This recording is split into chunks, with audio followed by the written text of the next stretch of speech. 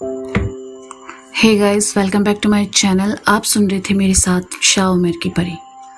शाह उमर की परी भाग 29, दूसरी दुनिया जाफरान कबीला। दरवाजे की दस्तक लगातार जारी रहती है और अमायरा नफीसा को जगाकर कहती है, नफीसा जरा उठ जाकर देख ये सुबह सुबह दरवाजे पर कौन है। अमायरा ने आधी नींद में कहा, आप ही चले जाओ ना, कौन होगा, अब्बा होंगे या उमेर भाई। मेरी नींद पूरी नहीं हुई है, मुझे सोने दीजिए। नफीसा ने तकिए से मुंह छुपाते हुए कहा, उफ, तुम नहीं सुधरोगी। आ रही हूँ। ये नफीसा की बच्ची कभी मेरी बात नहीं सुनती, मुझे ही जाना होगा। अमायरा अपने बालों को समेटते हुए दरवाजे की तरफ बढ़ती है और खोलने जाती है। दरवाज़ा खोलते ही वो थोड़ा सा शर्मा जाती है क्योंकि सामने शहजादी मरियम और शहजादे इरफान खड़े थे। आप दोनों यहाँ, वो भी इस वक्त? आइए ना, अस्सलाम वालेकुम। अमायरा ने कहा। वालेकुम अस्सलाम। अमायरा, क्या हम अंदर आ सकते हैं? शहजादी मरियम ने पूछा। जी, ये भी पूछने की ज़रूरत है। हाँ आइए ना, आप दोनों यहाँ सोफे पर बैठें, मैं अभी आई कपड़े बदल कर। अमायरा ने कहा क्योंकि उसने नाइट गाउन पहना होता है और शहजादे इरफान के सामने उसे शर्म आ रही होती है। रहने दो, तुम इन कपड़ों में अच्छी लग रही हो। वैसे बाकी के सब लोग किधर हैं? शहजादे इरफान ने सोफे पर बैठते हुए प्यार से अमायरा को देखते हुए कहा। जी, वो उमेर भाई का तो पता नहीं, नफीसा अपने कमरे में सोई हुई है और अब्बा महल में ही ज़्यादातर रहते हैं। मैं नफीसा को उठाकर बस अभी आई। अमायरा कहते हुए तेजी से अपने कमरे में जाती है और नफीसा को उठाती है। नफीसा, उठ, बाहर शहजादी मरियम और शहजादे इरफान आए हुए हैं, जल्दी कपड़े बदलकर उनके पास जाकर बैठ। न जाने इस वक्त क्यों आए हैं दोनों। अमायरा ने कपड़े बदलते हुए कहा। ठीक है आप चलो, मैं आती हूँ, नफीसा ने उठते हुए कहा। अमायरा कपड़े बदलकर कुछ खाने का सामान लेकर सामने टेबल पर रखकर सोफे पर बैठ जाती है। इरफान भाई, आप दोनों बात करो, मैं अभी आई, शहजादी मरियम कहते हुए अपने कदम उमेर के कमरे की तरफ बढ़ा देती है। ठहरिए शहजादी मरियम, उमेर भाई अपने कमरे में नहीं हैं, अमायरा ने कहा। मगर मैं तो उमेर से ही बात करने आई हूँ, कहती हुई शहजादी मरियम जैसे ही उमेर के कमरे में आती है, उसे उमेर बेड पर सोया हुआ नजर आता है। तो तुम कह रही थी कि उमेर नहीं है, देखो सामने ही तो सोया है, शहजादी मरियम ने मुस्कुराते हुए कहा तो अमायरा सोफे से उठकर आती है और कहती है, उमेर भाई तो अपने कमरे में ही है। फिर उसकी नज़र सामने आईने पर पड़ती है जहां परी का कमरा दिख रहा होता है। या अल्लाह, ये उमेर भाई को कब अक्ल आएगी, कहीं शहजादी परी को देख ना ले, अमायरा सोचती है। शहजादी मरियम और शहजादे इरफान, आप दोनों कब आए? नफीसा ने कमरे से बाहर आते हुए कहा तो शहजादी मरियम उसकी तरफ मुड़ती है। तब तक अमायरा जल्दी से आईने पर हाथ फेरकर उसे आम आईने जैसा कर देती है और फिर राहत की सांस लेती है। बस साली साहिबा, कुछ समय पहले ही। बहुत सोती हैं आप, मुझे महल वापस भी जाना है, बस आप जरा उमेर को उठा दीजिए, शहजादे इरफान ने कहा।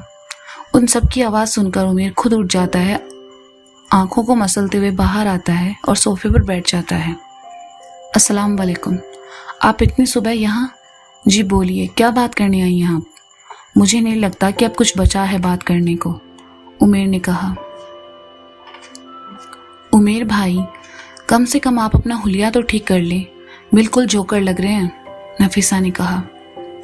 अब ये हमारे रिश्तेदार बनने वाले हैं, इनसे कैसा शर्माना। हाँ तो शहजादी, यहाँ आने की वजह बताएंगी आप? उमेर ने अपने बिखरे बालों को ठीक करते हुए कहा। देखो उमेर, जो भी हुआ उसका हम दोनों को बेहद दुख है। मैंने अनजाने में तुम्हारे दिल की बात जाने बिना अब्बा से तुम्हारी और मरियम की शादी की बात कह दी। मुझे अगर पता होता तो मैं ये कभी नहीं कहता, शहजादे इरफान ने समझाते हुए शर्मिंदगी से कहा। अब इन सब बातों का क्या फ़ायदा शहजादे इरफान, तलवार तो मेरी गर्दन पर लटक रही है, जो होना था वो तो कोई रोक न पाया, उमेर ने मरियम की तरफ देखते हुए कहा। मैंने अब्बा को तुमसे शादी करने से मना कर दिया है, अब तुम आज़ाद हो। मेरी मोहब्बत और दोस्ती तुमसे दोनों अलग अलग एहसास हैं, मैंने इन दोनों में दोस्ती को चुन लिया। मैंने दोस्ती की है तो निभाऊंगी भी, आज से हम सब बस दोस्त हैं। शहजादी मरियम नम आंखों से अपनी उंगली से अंगूठी निकालकर उमेर की तरफ बढ़ा देती है। तो क्या अब अमायरा आपी और मेरा रिश्ता भी टूट जाएगा? नफीसा ने कहा। नहीं, किसी का भी रिश्ता नहीं टूट रहा। उमेर, अब तो तुम बता ही सकते हो कि आखिर वो कौन है जिसकी वजह से तुमने मुझे ठुकरा दिया। शहजादी मरियम ने कहा। माफ करिएगा शहजादी, मैं उसे आपसे नहीं मिलवा सकता। उमेर ने कहा। मगर क्यों? क्यों नहीं? आखिर मैं भी जानना चाहती हूँ कि किसने मेरी खुशियों को मुझसे छीन लिया। मुझे पूरा हक है जानने का। शहजादी ने कहा तो उमेर अमायरा और नफीसा की तरफ देखता है तो अमायरा उसे सच बताने का इशारा करती है, मगर वो ना में सर हिलाता है। हाँ उमेर, बताओ जरा, हम भी सबके बीच एक रिश्ता जुड़ चुका है। मालिक और मुलाजिम वाली तो बात ही नहीं रही। तुम अब तो बेफिक्र होकर बता सकते हो। शहजादे इरफान ने कहा। बात बताने वाली हो तो बताओ ना, उमेर ने कहा। उमेर भाई बता दो, एक ना एक दिन आपको ये बात सबके सामने लानी ही है। इससे अच्छा मौका नहीं मिलेगा। अभी बता दो, मुझे यकीन है शहजादे इरफान और शहजादी मरियम समझेंगी आपको, अमायरा ने समझाते हुए कहा। ठीक है अमायरा, तुम कहती हो तो बता देता हूँ। असल में मैं जिससे प्यार करता हूँ वो हमारी दुनिया की नहीं है। उमेर कहते हुए खामोश हो जाता है।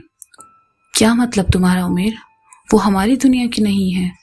शहजादी मरियम ने हैरत से उमेर को देखते हुए कहा। मतलब ये शहजादी कि वो जिन जादी नहीं है बल्कि एक इंसान है। उसका नाम परी हसन खान है। बहुत ही प्यारी और मासूम सी लड़की है और मैं उसे अपनी जान से भी ज्यादा मोहब्बत करता हूँ, उमेर ने कहा। उमेर, तुम्हारा दिमाग तो ठीक है। तुम्हें पता है ना कि हम जिन इंसानों से शादी नहीं कर सकते, नस्ल की दिक्कत आएगी, और दूसरे हमारे कबीले में तुम्हारे खानदान को इंसानों से ताल्लुक रखना सख्त मना है, शहजादे इरफान ने कहा। इश्क पर किसका जोर चला है शहजादे? वो तो बस हो जाता है। न जात दिखता है, न धर्म, और ना ही ये कि किससे हो रहा है, बस हो जाता है। इश्क की बेताबियों से हम सब रूबरू हो चुके हैं। मुझे नहीं लगता कि आपको ज़्यादा समझाने की ज़रूरत है। रही बात नियमों की तो वे बनते इसलिए हैं कि उन्हें तोड़ा जा सके, और मेरी मोहब्बत परी के साथ ऐसी है मैं उसके लिए कुछ भी कर जाऊं। बताओ आप सब मेरा साथ दोगे? उमेर ने कहा। सही कहा उमेर, इरफान भाई। उमेर, कोई तुम्हारा साथ दे या ना दे मैं दूंगी। उमेर, अब मुझे और भी ख्वाहिश हो रही है कि मैं तुम्हारी परी से मिलूं, शहजादी मरियम ने कहा। हाँ शहजादी, वो बहुत प्यारी है और आप उसे देख भी चुकी हैं। कल जो हमारे साथ हमारी दोस्त थी वही है उमेर भाई की परी, नफीसा ने कहा। अच्छा, यानी वो हमारी दुनिया में भी आ चुकी है। उमेर, मुझे उससे मिलना है अभी के अभी, शहजादी मरियम हुक्म देते हुए कहती है। उमेर अपनी जगह से उठकर जाता है और परी को साथ लेकर अपने कमरे से निकलता है और शहजादे इरफान और मरियम के सामने खड़ा हो जाता है। शहजादी परी को ध्यान से देखती है, जो कि ट्राउजर और टी शर्ट में रहती है, बालों की चोटी बना रखी है। शहजादी उमेर को उंगली से अंगूठी निकालकर परी के हाथों में थमा देती है और कहती है, उमेर, जो तुम्हारे पास अंगूठी है तुम परी को पहना दो, और परी तुम अंगूठी उमेर को पहना दो। सब खामोशी से ये सब देख रहे होते हैं। सही में पहना दूं? यानी आप मेरा साथ सच में देंगी? उमेर ने खुश होते हुए कहा। हाँ पहना दो, पर उससे पहले तुम्हारी परी से एक वादा लेना चाहती हूँ, शहजादी मरियम ने कहा। कैसा वादा शहजादी? परी ने कहा। यही कि मुझसे तो तुमने उमेर को छीन ही लिया है, तो अब उसका और साथ हमेशा दोगी, क्योंकि तुम दोनों कुदरत के खिलाफ जा रहे हो और आने वाले दिन शायद तुम दोनों के लिए आसान ना हो, शहजादी ने कहा। उमेर के लिए मैं हर दर्द सह लूं शहजादी। इसने मेरी हमेशा मदद की है और मेरे पापा को नई जिंदगी दी है। मेरी जिंदगी भी इस पर कुर्बान है। आने वाला वक्त अच्छा होगा या बुरा मैं नहीं जानती, बस इतना जानती हूँ कि हम दोनों एक साथ हर तूफान से लड़ सकते हैं, परी ने उमेर को देखते हुए कहा। फिर उसका हाथ पकड़कर अंगूठी पहना दी। उमेर ने भी परी को अंगूठी पहना दी। सब गर्मा गर्म जलेबी खा लो इस खुशी में, अमायरा कहते हुए सबके सामने ताजे बने हुए जलेबी रखती है। जलेबी देखकर परी के मुंह में पानी भर आता है। वो उमेर को देखना छोड़ जलेबी की तरफ लालच से देखने लगती है। उमेर, लगता है तुम्हारी परी को अब तुमसे ज्यादा जलेबी अच्छे लग रहे हैं, शहजादी मरियम ने छेड़ते हुए कहा। हाँ, अरे नहीं, मतलब वो नहीं, वो क्या है ना कि मुझे जलेबी बहुत पसंद है, इसलिए परी ने कहा, जलेबी भाभी को तो जीभ से पानी टपक रहा है। जलेबी को भी जलेबी खाए परी भाभी, सब आपका ही है। अब हमारी दुनिया की तरह से आपका रिश्ता पक्का हो गया है। अब आपकी दुनिया में बाकी है, नफीसा ने कहा। वो भी हो जाएगा, उमेर ने कहा। फिर जलेबी की प्लेट से जलेबी उठाकर परी को खिला दी। जलेबी खा ही रहे थे कि दरवाजे पर दस्तक होती है। अरे बाप रे, लगता है अब्बा आ गए। परी चलो तुम यहाँ से, उमेर कहता हुआ परी को हाथ पकड़कर उठाता है तो अमायरा जल्दी से परी के हाथों में जलेबियों से भरी प्लेट थमा देती है। फिर उमेर परी को उसकी दुनिया में छोड़कर वापस आकर दरवाज़ा खोलता है तो सामने महल के गुलाम रहते हैं और उनमें से एक कहता है, आप सबको शहंशाह फरहान अब्बास ने महल में हाजिर होने का हुक्म दिया है, अभी के अभी। शहर धनबाद में। अम्मी थोड़ा नींबू पानी देना, सर बहुत भारी लग रहा है और मेरा जी भी मतला रहा है। परी अपने कमरे से निकलकर डाइनिंग टेबल के चेयर पर बैठते हुए कहती है, बेटा कुछ दिनों से तुम्हारा टाइम टेबल बिगड़ चुका है। टाइम पर उठा करो, देर तक सोने से तबीयत बिगड़ी रही है तुम्हारी। नादिया जी ने परी को नींबू पानी थमाते हुए कहा। अभी वो नींबू पानी पी ही रही होती कि उसके सामने उमेर आकर खड़ा हो जाता है। तुम इस वक्त यहाँ क्या कर रहे हो? परी ने दांत दबाते हुए धीमे से कहा। अरे ये क्या बात हुई, अब मैं अपने होने वाले ससुराल भी नहीं आ सकता? उमेर ने उसके हाथ से नींबू पानी का ग्लास लेकर पीते हुए कहा। ससुराल? तुम तो शहजादे बनने वाले हो। पहले उस शहजादे से पीछा छुड़ा लो, तब मुझसे बात करना। परी ने उमेर से वापस नींबू पानी का ग्लास लेते हुए कहा। अच्छा तो ऐसा है, चलो अभी इसी वक्त तुम्हें किसी से मिलवाता हूँ, उमेर ने कहा। फिर वो परी का हाथ थामे अपनी दुनिया में लेकर चला जाता है। न जाने क्या हो गया परी को, जब देखो तब खुद से ही बातें करती रहती है। पहले ऑफिस जाती थी तो इसका दिमाग ठीक रहता था, अब सारा दिन या तो सोती है या खुद से ही बातें करती रहती है। नादिया जी ने हसन जी से कहा तो सब बातों से बेखबर परी के मोबाइल में न्यूज़ देख रहे होते हैं।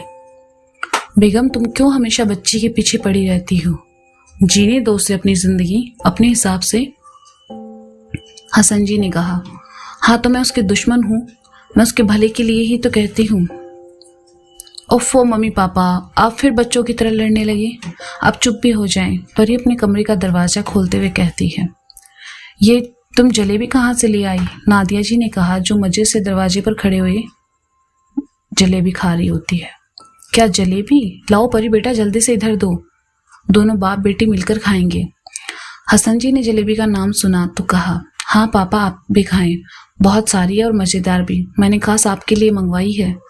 परी जलेबियों से भरी प्लेट हॉल में लेकर आते हुए कहती है, पहले ये बता कि ये जलेबी अचानक से कहाँ से आई?